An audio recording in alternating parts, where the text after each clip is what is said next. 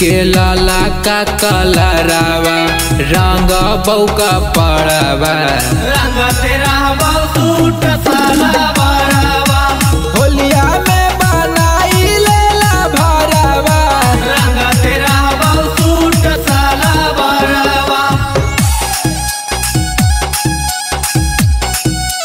होली हो होली हो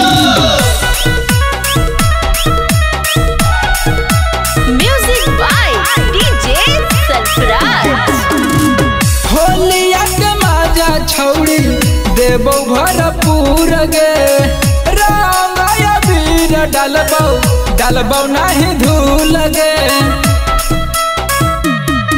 अगे होलिया के माजा छौड़ी देबो भरपूर गे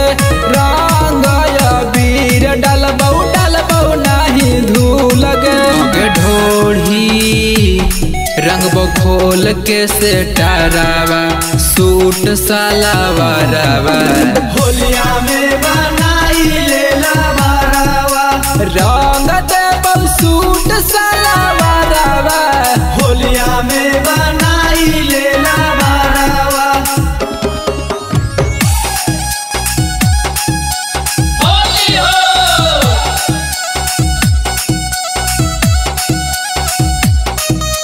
होली हो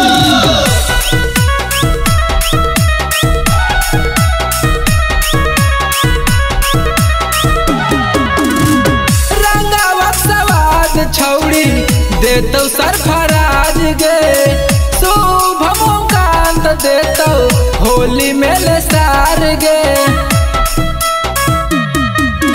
रंगावा के सवाद छौड़ी देतो सरफराज गे फगुआ भर बनल रहतो छौड़ी तोर मिजाज गे अगे रंगावा से करबौ का जरावा लेटई बौघा घरावा